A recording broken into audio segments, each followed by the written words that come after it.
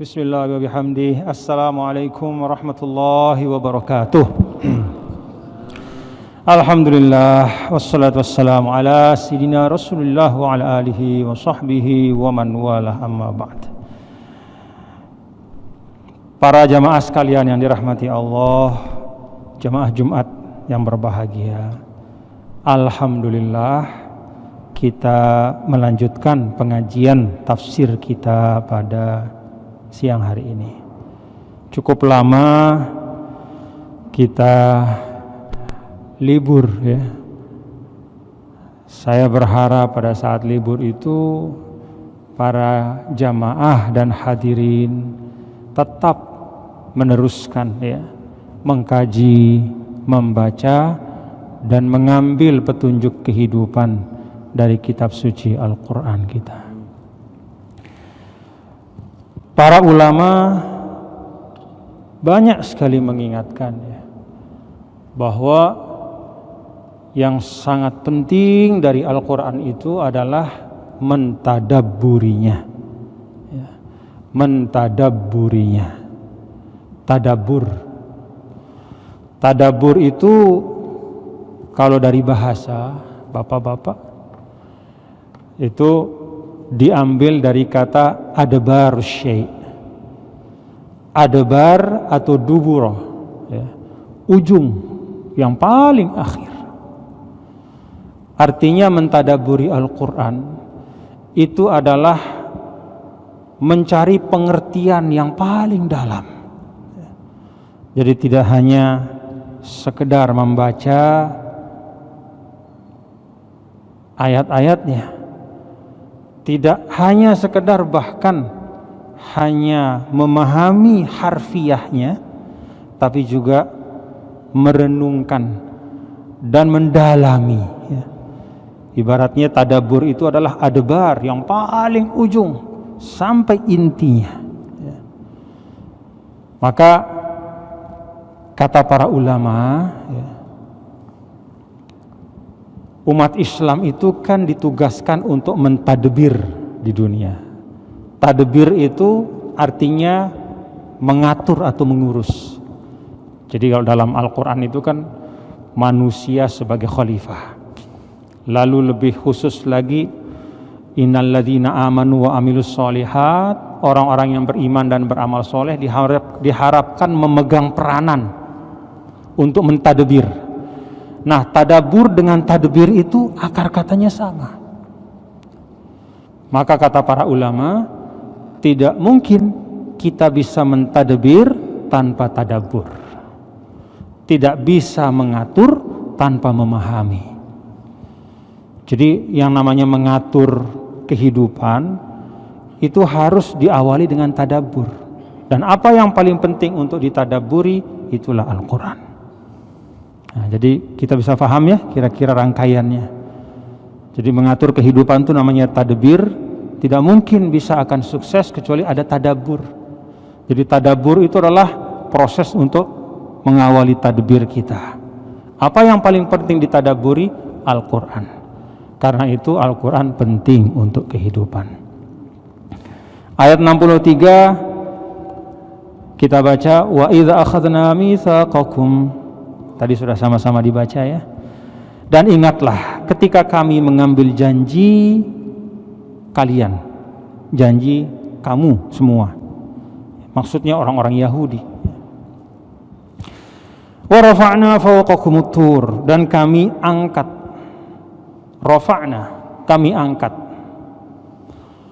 fawqakum at-tur di atas kalian gunung ya. Rafa'na di sini kalau kata para ahli tafsir itu semakna dengan wa iznataqnal jabal. Di sini kan rafa'na, di ayat yang lain nataqna. Nataqna itu artinya mencabut dari akarnya. Jadi arti mengangkat gunung ini bukan sekedar mengangkat sebagiannya, mengangkat sedikit, enggak, ini mengangkat keseluruhannya. Jadi apa tuh bahasa kita?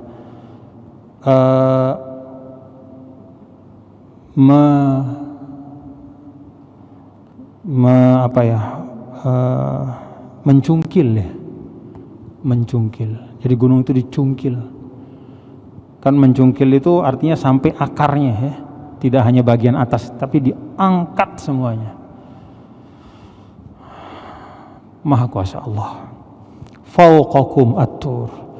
Jadi gunung itu diangkat sampai ke atas mereka. Ya. Sampai ke atas mereka. Khudhu ma atainakum. Nah, pada saat itu Allah mengeluarkan perintahnya. Pegang teguhlah. Ya. Khudhu ma atainakum, ambil. Maksudnya pegang teguh. Ambil apa yang telah kami datangkan kepada kalian, yaitu kitab Taurat itu. Ambil kitab ini biquwwatin. Ambil dengan kuat. Kalau bahasa kita pegang teguh. Kalau kata ulama biquwwatin itu artinya bijiddin wajtihad, dengan kesungguhan. Jadi kata kuncinya dengan kesungguhan. Wadhkuru ma fihi la'allakum tattaqun, dan ingatlah apa yang ada di dalamnya agar kamu bertakwa. Tsumma tawallaitum min ba'di dzalik, kemudian setelah itu kamu semua berpaling. Falaula fadlullahi 'alaikum, maka sekiranya bukan karena karunia Allah wa rahmatuhu, dan rahmatnya, lakuntum minal khasirin, maka pasti kamu termasuk orang yang merugi. Walaqad alimtumul ladzina i'tadaw minkum fis sabt, dan sungguh kamu telah mengetahui orang-orang yang melakukan pelanggaran di antara kamu pada hari Sabtu. Faqulna lahum, maka kami katakan kepada mereka, kunu qiradatan khasiin, jadilah kamu kera yang hina. Faja'alnaha nakala, kami jadikan itu peringatan. Lima baina yadaiha, bagi siapa saja? Bagi mereka yang ada pada masa itu, wa ma khalfaha, dan yang setelahnya. Masuk kita semua nih. Kita di wa ma khalfaha. Wa mau'izatan lil muttaqin, dan menjadi pelajaran atau nasihat bagi orang-orang yang bertakwa. Bapak-bapak dan saudara, ini kalau di dalam penjelasan para ulama tafsir ya, kalau tidak salah nanti bisa dicek di kitab-kitab. Jadi Nabi Musa itu dulu kan dipanggil oleh Allah, kemudian diberikan wahyu Taurat ya. Pada saat Nabi Musa datang membawa Taurat, diminta orang-orang Yahudi itu untuk beriman. Ini kitab Taurat dari Allah, pakai jadi pedoman kehidupan. Gak mau dia. Apa kata mereka? Kami mau beriman kalau kami lihat Allah, sebagaimana kamu sudah melihat Allah juga gitu. Engkau Musa kan dipanggil sama Allah, lalu diajak bicara, lalu dikasih kitab suci. Kami juga mau kayak begitu. Datangkan dulu Allah itu. Innalillah. Itu orang Yahudi. Jadi namanya Yahudi itu penyakitnya adalah penyakit materialisme. Mereka tuh sangat cinta kepada yang kelihatan oleh matanya. Mereka sangat suka kepada benda-benda duniawi. Mereka sangat menghargai apa yang mereka bisa pegang dengan tangan, bisa lihat dengan mata, bisa hirup dengan hidungnya. Tapi hal-hal yang ghaibiyat itu jarang mereka. Itu sebabnya kalau di dalam Al-Quran itu disebutkan bahwa orang-orang Yahudi itu sangat cinta pada kehidupan, takut mati dia. Na'udzubillah min zalik ya. Itu pelajaran buat kita. Nah, begitu mereka minta seperti itu, kemudian di dalam ayat yang lain dijelaskan, arinallaha jahratan, kami ingin lihat Tuhan. Fa akhadhatkumus sa'iqah, disambar oleh petir oleh suara yang sangat besar, mati semuanya. Lalu dikasih kesempatan lagi. Jadi ini cerita tentang kelompok yang berulang kali dinasihati tapi tidak berhenti dari perbuatan-perbuatan yang tidak baik. Ini pengingat buat kita ya. Karena di akhir dari ayat yang keempat kita baca wa mau'izah. Jadi kisah tentang Yahudi ini bukan untuk menjadi pemanis majelis, tetapi untuk mau'izah, nasihat bagi kita. Kita ini anak-anak muda Islam, umat Islam nih, jangan jatuh seperti apa yang mereka lakukan. Berulang kali seperti itu, sampai akhirnya rafa'na, ya. Jadi dikasih peringatan yang langsung mereka lihat dengan mata mereka. Ya. Gunung diangkat, kelihatan, sampai gemetar mereka, langsung bersujud. Di dalam kitab-kitab tafsir diceritakan. Langsung mereka sujud, begitu lihat gunung naik udah nggak bisa ngomong lagi. Sebelumnya masih tawar-tawar ya, ditawar-tawar Nabi Musa, nggak usah lah gitu. Ayo bertaurat, nggak usah lah, ngapain pakai kitab suci, kira-kira kayak gitu. Ini dari Allah, mana Allah, liatin dulu gitu. Angkat gunung, baru dia nyerah. Orang biasa, orang yang sangat cinta pada benda ya, hanya benda yang membuat dia takluk. Nah ketika itulah baru mereka kemudian sadar ya kesalahan mereka, kemudian taubat. Akhadna. Nah ini juga pelajaran bagi kita. Sebenarnya mereka diajak untuk biasa saja, yuk amalkan gitu. Tapi karena mereka terus menerus tidak mau melakukan, maka akhadna mitsaqakum. Jadi diikat mereka dengan perjanjian yang lebih ketat lagi dari Allah Subhanahu wa taala. Maka di dalam ajaran Yahudi itu banyak perintah-perintah yang sekarang sudah tidak ada lagi ya. Bahkan katanya dulu kalau ada badan kena najis ya, itu harus dikerik saking beratnya. Itu akibat mereka menawar-nawar perintah Allah. Jadi keras kepala, akhirnya perintah yang lapang itu disempitkan oleh Allah. Sesuatu yang mudah menjadi berat. Karena apa? Karena mereka tidak melaksanakan sesuatu itu apa adanya.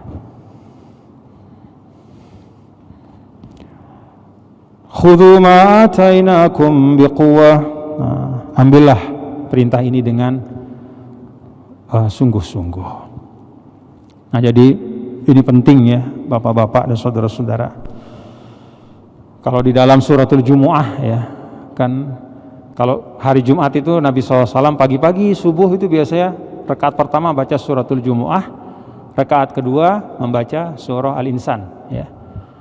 Suratul Jumu'ah ya yusabbihu lillahi ma fis samawati wa ma fil ardil malikil quddusil azizil hakim huwallazi ba'atsa fil ummiyina rasulan minhum ila akhir. Nah, di ayat kelima itu ada pengingat buat kita. Apa katanya? Mathalul ladzina hummilut taurata tsumma lam yahmiluha kamathalil himari yahmilu asfara. Al-ayah. Nah, ini peringatan. Kalau surah Al-Insan itu awalnya hal ata 'alal insani hinum minad dahri lam yakun syai'an madhkura inna khalaqnal insana min nutfatin dan seterusnya. Nah, ayat kelima dari suratul Jumu'ah itu ini pengingat ya. Apa kata Allah? Masalul ladzina humilut taurat tsumma lam yahmiluha.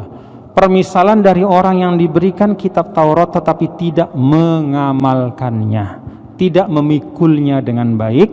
Seperti apa kata Allah? Kamatsalil himari yahmilu asfara. Seperti unta yang memikul buku-buku yang bermanfaat. Unta itu keledai ya, seperti keledai yang dipikulkan di punggungnya itu beragam buku ilmu pengetahuan. Ada manfaatnya nggak buat keledai? Nggak ada. Dia nggak tahu apa yang dia pikul ini, dia nggak bisa baca, dia nggak bermanfaat untuk hidupnya, cuman dia pikul saja.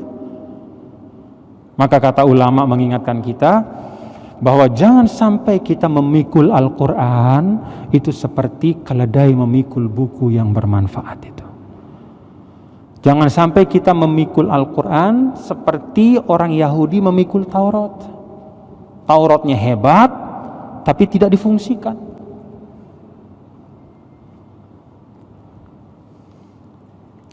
Maka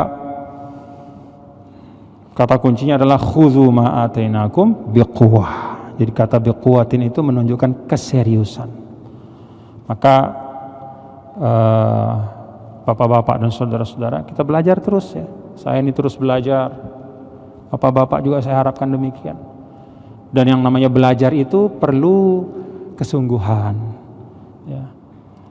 Dan perlu kesabaran. Kita baca, kita berusaha pahami sedikit demi sedikit dengan kerendahan hati.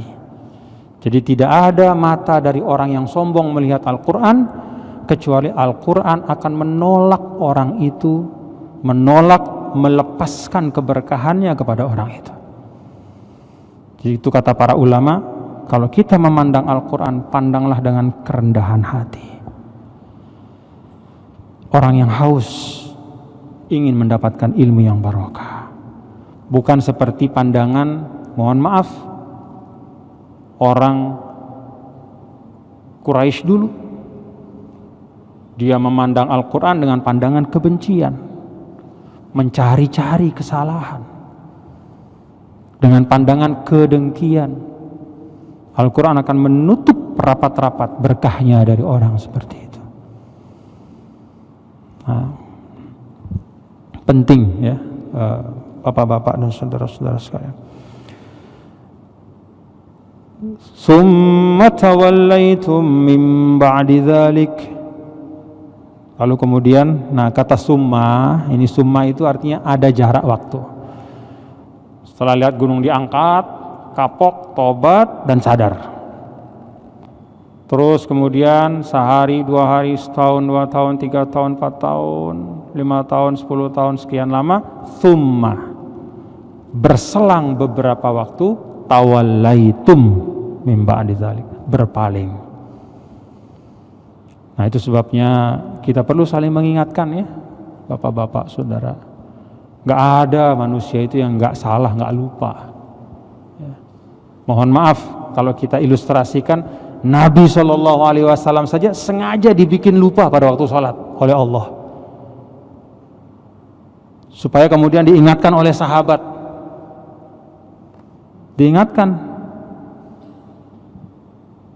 Itu kemudian yang melahirkan ada yang disebut dengan istilah sujud sahwi ya.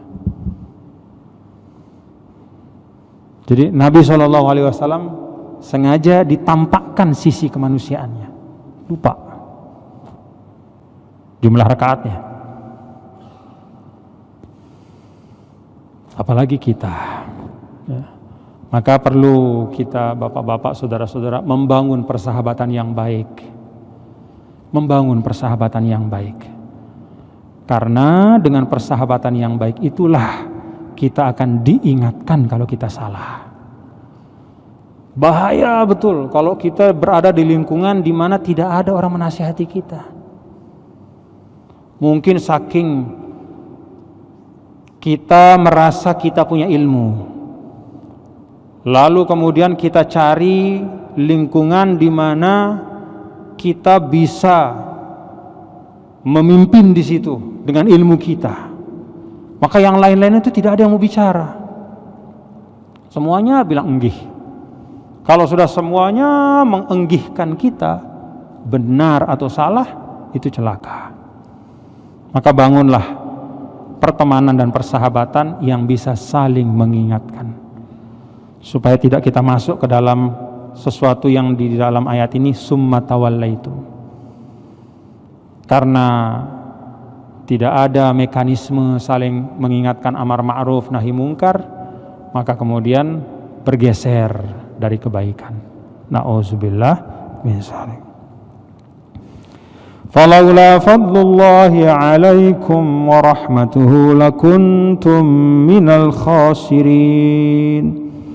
Kalau saja tidak karena karunia Allah dan rahmatnya, maka niscaya kamu semua itu termasuk orang-orang yang merugi. Ini untuk mereka dan untuk kita. Bapak-bapak, ibu, bapak-bapak, saudara sekalian ya. Fadlullah wa rahmatuh. karunia Allah dan rahmatnya. Nah, rahmat Allah ini paling mahal dalam kehidupan. Dalam hadis sahih disebutkan Allah itu punya 100 rahmat. Satu diantaranya diturunkan di dunia. Fabiha yatarahamun. Satu rahmat Allah inilah modal kita saling berkasih sayang semuanya nih. Suami sama istri saling sayang, anak sama bapak, ibu sama anak, kakek sama cucu, murid ke guru, guru menghormati murid. Kita satu sama lain sayang sama tetangga, tetangga sayang sama kita. Kepada sesama warga NTB kita saling sayang, sama bangsa ini. Semua umat manusia satu sama lain saling mencintai dengan bekal satu rahmat Allah. Masya Allah. Bagaimana hebatnya rahmat Allah itu ya. Jadi dibagi-bagi bermiliar-miliar, dia tidak pernah habis. Waddakhara li nafsihi tis'atan wa tis'ina rahmah. Yang 99 itu disimpan oleh Allah untuk nanti diberikan kepada orang-orang yang beriman di akhirat kelak. Nah, itulah 99 rahmat Allah itu yang tercermin surga yang mengalir di dalamnya dengan segala macam kenikmatan. Kemudian segala sesuatu yang hebat-hebatnya itu dari 99. Jadi kalau Anda misalnya melihat dunia ini, wih hebat di dunia ini. Wih manusia sudah naik ke bulan, wih manusia begini, wih handphone begini, wih kita bisa video call. Video call. Kalau sekarang kita Zoom. Kemarin saya Zoom, ada yang di Kairo, ada yang di Tunis, ada yang di Maroko, ada yang di Australia. Hebat sekali. Ya. Kalau kita melihat dunia kayak begitu, maka camkan, ya. Sadari bahwa ini hanya 1 dari 100 rahmat Allah. Makanya rugi sekali kalau ada orang yang meletakkan semua harapannya di dunia. Dia lupa ada yang 99 kali lebih yang tidak terkira. Dia harus siapkan untuk itu.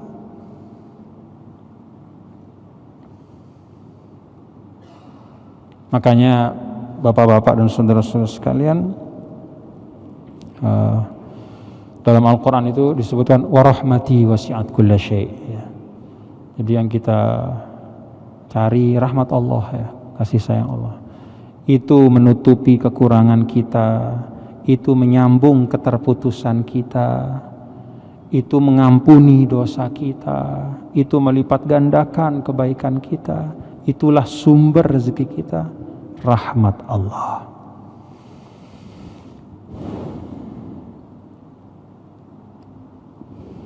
Wa laqad alimtumul ladzina i'tadaw minkum fis sabt. Dan sungguh kalian semua telah mengetahui mereka yang melampaui batas di antara kalian pada hari Sabtu, ya, pelanggaran pada hari Sabtu. Kita udah bahas ya dalam ayat yang lalu. Kalau kita hari Jumat, orang Islam ini kan hari Jumat, ya.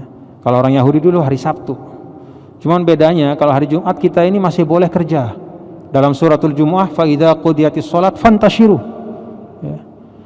Kalau sudah selesai menunaikan sholat hari Jumat itu, fantashiru, cari lagi rezeki, silakan. Yang mau kerja silakan kerja, yang mau bertani silakan bertani, yang mau berdagang silakan berdagang. Ya. Makanya tidak ada dalam ajaran agama itu bahwa harus misalnya kalau hari Jumat harus tutup, tidak ada itu. Pada saat sholatnya, ya tinggalkan, gitu. Fas'au ila dzikrillah, tinggalkan. Pada saat panggilan itu, begitu selesai apa? Fantashiru. Jadi kalau umat Islam, hari raya minggu, hari raya dalam satu minggunya, ya, satu pekannya itu, usbu' itu Jumat. Tapi hari raya itu bukan berarti tidak boleh mencari rezeki. Nah kalau Yahudi dulu beda. Mereka itu pada hari Sabtu itu ada ketetapan Allah, nggak boleh cari rezeki hari Sabtu. Ini karena yang tadi itu juga termasuk, ya. Karena mereka cerewet, kemudian tidak mau menerima perintah Allah, sombong, dan akhirnya diberikan pembatasan-pembatasan. Begitu dibatasi itu, i'tadaw. dia nakal. Karena hari Sabtu itu setelah mereka teliti riset, nah orang Yahudi itu kan suka meriset, dia riset gitu ya, wah ternyata hari Sabtu itu ikan banyak. Mereka ini banyak yang mencari ikan besar-besar dulu di perkampungan mereka. Wah hari Sabtu ikan banyak, bagaimana ngakalin perintah Allah nih?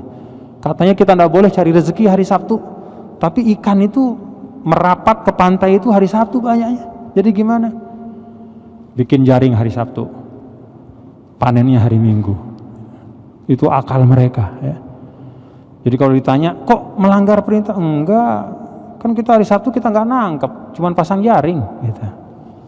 Nangkepnya kan hari Minggu gitu. Jadi perintah Allah itu bukannya disami'na wa ata'na, tapi justru dicari hilahnya ya. Ini yang kadang-kadang yang begini-begini ini kadang-kadang bukan hanya orang Yahudi, kadang-kadang kita juga ada juga sebagian yang kayak begitu. Menikah dia misalnya, ini misalnya nih, menikah sebelum Ramadan. Jadi pas Ramadan itu dia bulan madu gitu kan. Yang namanya menikah itu kan mau dekat-dekat terus gitu ya. Sedangkan kalau Ramadan itu siang hari kan tidak boleh bergaul sama istri, tidak boleh mencampuri istri. Maka dia akali supaya dia bisa menggauli istrinya, dia musafir. Dia aja istrinya musafir Ramadan itu supaya dia tidak puasa gitu. Ini agak-agak mirip seperti yang itu ya. Jangan begitu ya. Emangnya Allah itu Allah Subhanahu wa taala itu bisa ditipu-tipu ya, bisa bukan begitu. Kita berislam, beriman itu bukan kayak begitu ya. Jadi ketundukan, ketaatan. Ya memang sah ya, kalau secara fikih itu kan orang yang musafir tidak wajib puasa ya. Tapi dia bukan benar-benar mau musafir apa, dia supaya dia bisa sama istrinya siang-siang. Dia pergi musafir supaya tidak wajib puasa ya. Maka tidak kena dia kewajiban itu. Itu ada juga yang begitu-begitu ya. Nah, bukan itu esensi beragama. Ini orang Yahudi itu juga begitu ya.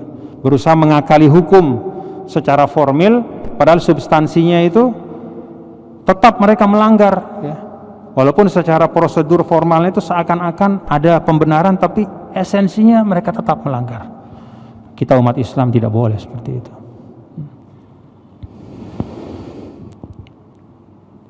Faqulna lahum kunu qiradatan khasiin, maka kami katakan kepada mereka, jadilah kamu semua kera-kera yang hina. Nah, kata kera ini para ulama berbeda pandangan ya. Ada yang mengatakan jadilah kalian manusia-manusia yang akhlaknya seperti kera. Manusianya tetap akhlaknya saja. Yang namanya kera itu kan selalu berebut hal-hal yang remeh-temeh. Yang penting-penting dia tinggalkan, yang remeh-temeh dia rebut. Ya. Kalau ada pisang yang sedang tidak diambil sama temannya, dia diam saja. Tapi begitu ada pisang dipegang sama temannya, dia rebut. Gitu. Itu kayak begitu modelnya. Ada juga ulama mengatakan bahwa qirodah itu artinya benar-benar mereka dirubah menjadi bentuk kera. Dari manusia jadi kera. Kok bisa? Allah Maha Kuasa. Jangankan dari manusia ke kera, dari tidak ada ke manusia aja bisa.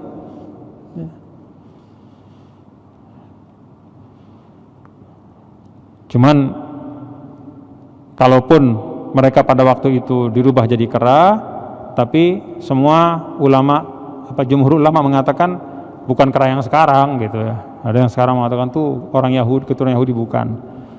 Kera yang orang Yahudi yang dilaknat lalu menjadi kera, ya menurut pandangan ulama yang mengatakan memang berubah jadi kera, itu kera yang tidak beranak pinak, jadi mereka habis saja begitu.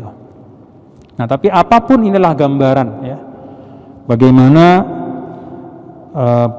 pelanggaran yang luar biasa yang mereka lakukan dan kemudian berujung kepada kehinaan. Faja'alnaha nakalan lima bayna yadayha, kami jadikan itu semua adalah peringatan ya, bagi orang yang hidup pada masa itu dan juga yang setelahnya, dan menjadi nasihat bagi orang-orang bertakwa. Wallahu subhanahu wa ta'ala a'lam. Bapak-bapak dan saudara, kaum yang paling banyak disebut dalam Al-Quran itu adalah Bani Israel. Bukan karena Al-Quran adalah kitab sejarah, tapi karena pada kehidupan mereka itu banyak sekali pelajaran untuk kita ambil, termasuk di sini. Mereka itu sangat mementingkan formalitas, tapi tidak menghargai substansi. Jadi prosedur itu mereka pentingkan, ya. Tapi inti substansi dari perintah agama mereka tinggalkan. Kita nggak boleh seperti itu.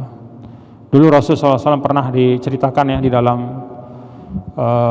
salah satu kitab hadis, kalau nggak salah riwayat An-Nasa'i atau Tirmidzi ya, Nabi ngangkat kepala gitu. Yukhtalas fi hadzal nahar al-ilm gitu kalau tidak salah. Wah, ilmu hari ini diambil sama Allah. Terus ada sahabat yang mengatakan, ya Rasulullah, gimana mungkin ilmu diambil, kan masih ada Quran. La aqra'annahu, kata sahabat itu, la aqra'annahu wa la uqri'annahu nisa'ana wa abna'ana. Saya tiap hari baca Quran ya Rasulullah, dan saya bacakan anak istri saya tiap hari. Saya baca Quran dan saya bacakan, saya ajak anak istri saya juga ikut baca Quran. Kata Rasulullah SAW, bukan itu maksud saya. Sampai Rasul begini, saya pikir kamu ini paham, gitu kira-kira ya. Wa in kuntu a'udduka gitu.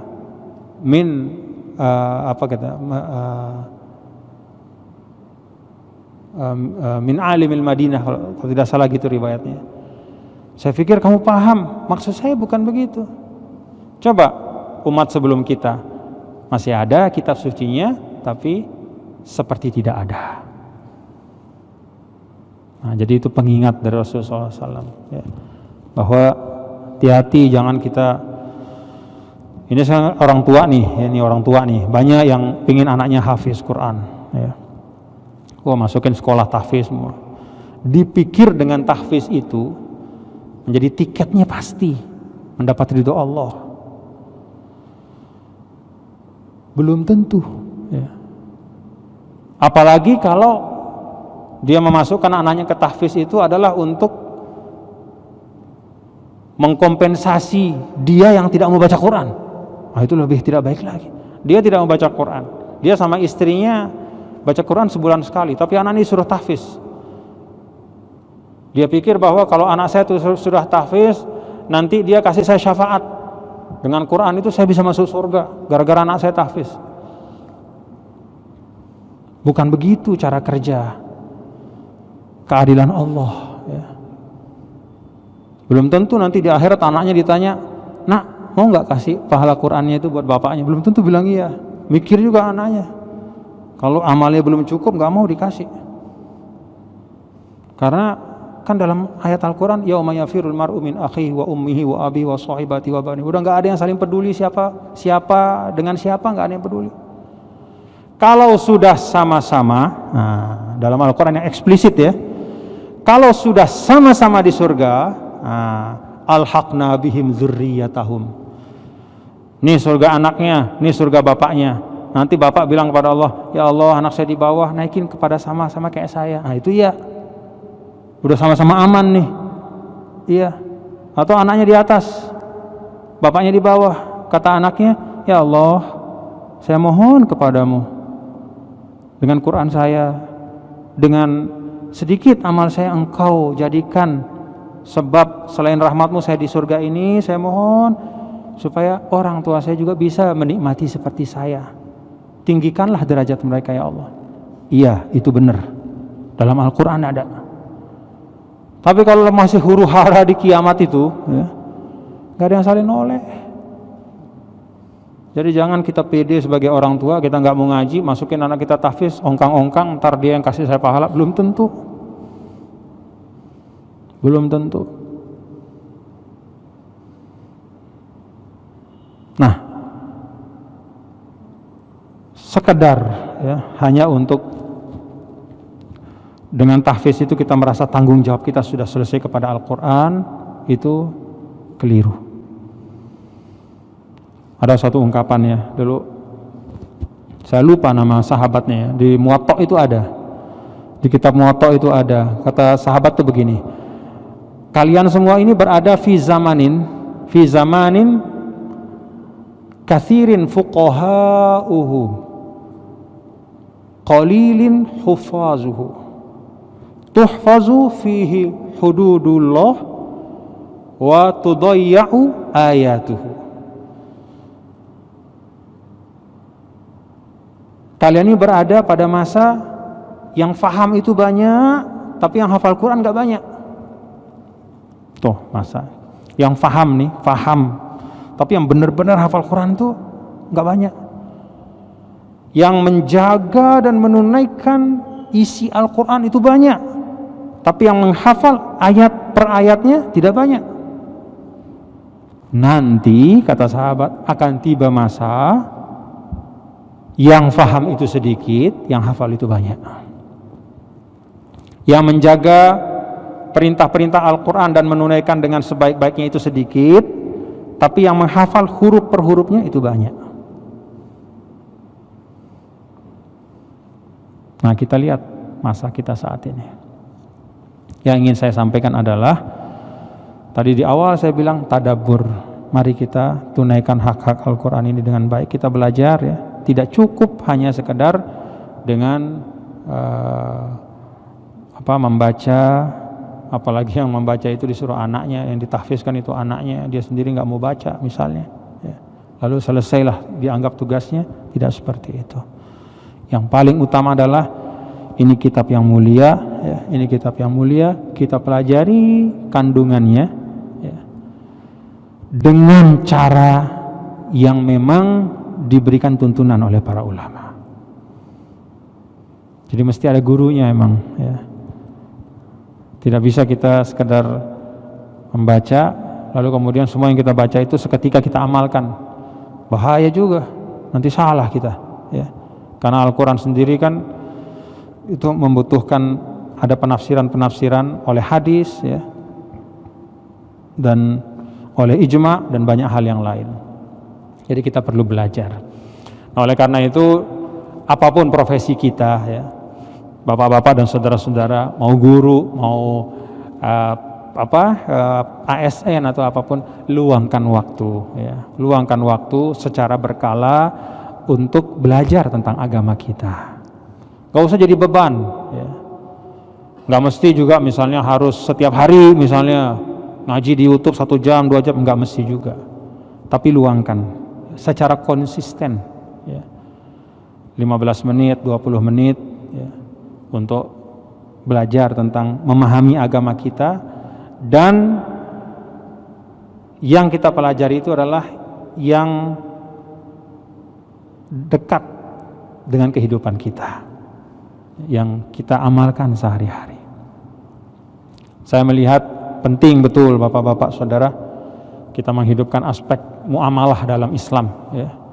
Jadi bermasyarakat, tuntunan Islam itu kayak apa, bagaimana kita membangun hubungan sosial yang baik, itu penting betul ya, penting betul. Karena itu yang dibangun oleh Nabi dulu ya. Itu yang dibangun oleh Nabi dulu. Nabi SAW itu diceritakan ketika sampai ke Madinah itu selama 6 bulan kerjanya hanya keliling dari rumah ke rumah, dan yang disampaikan beliau itu sederhana. Apa? Afsyus salam, at'imut ta'am, sallu billail wan nasu niyam. Pak, Ibu, afsyus salam, banyak-banyak menebar kedamaian. At'imut ta'am, berbagilah makanan kepada yang membutuhkan. Sallu billail wan nasu niyam, malam ketika semua orang tidur, ambillah waktu sesaat untuk beribadah kepada Allah. Itu kan hal-hal yang sangat sederhana ya. Jadi hal-hal yang langsung bisa diamalkan. Afsyus salam, at'imut ta'am, sallu billaili wan nasu niyam. Itu saja setiap malam Nabi keliling dari rumah-rumah Madinah. Enggak ada yang ribet-ribet, yang susah-susah, enggak.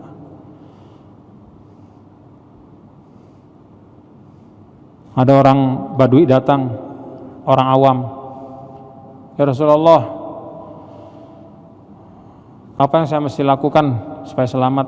Qul amantu billah tsumastaqim. Katakanlah, aku beriman kepada Allah dan istiqomalah terhadap itu. Udah itu aja diajarkan dulu oleh Rasul. Pulang orang itu. Dia pegang itu, selamat dia. Jadi dalam Islam itu ada kelapangan ya. Dan kepada kita semua, bapak-bapak dan saudara-saudara sekalian, kelapangan Islam itu mari kita manfaatkan dengan mengambil dari waktu kita ya, untuk sedikit demi sedikit terus kita belajar memahami ibadah dalam Islam itu kayak begini gitu.